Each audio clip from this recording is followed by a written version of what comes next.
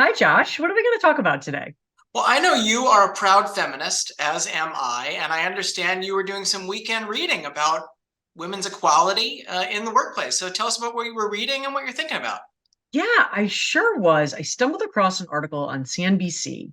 It's titled Women Are Held Back at Work Due to 30 Biases Out of Their Control. Interesting article. Google it on CNBC. You'll be able to pull it up and take a peek, of course, if you're interested. But it stuck out to me as an employment lawyer because it recognized criticism against women that may not, on its face at least, appear to be gender biased. Let me give you some examples.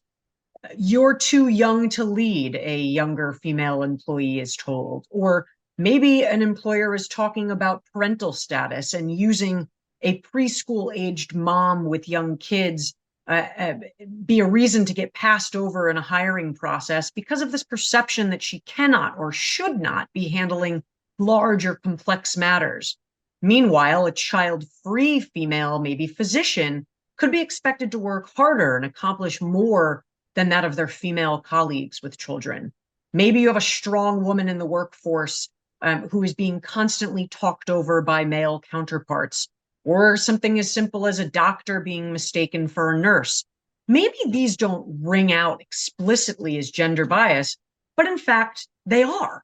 I love an example that the article brought to our attention about how do we test whether something in the workplace is gender bias. And the article refers to it as the flip it and test it test, which I really thought was interesting. Could you ever imagine saying these types of things about a man in the workplace?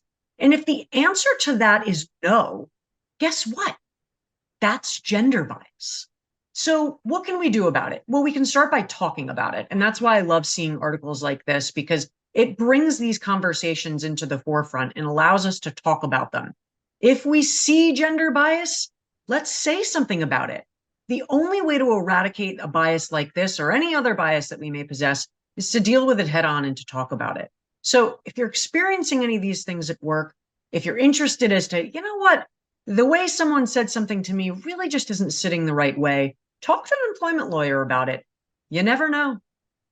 And as we've said, it's really important to be an advocate, not just for yourself, but for your peers. So this isn't a conversation that's just important for women in the workplace. This is a conversation that's important for everyone in the workplace. If you see bias, call it out. Totally agree with you, Amanda. Thanks so much for that insight, and thanks to you all for watching. Take care.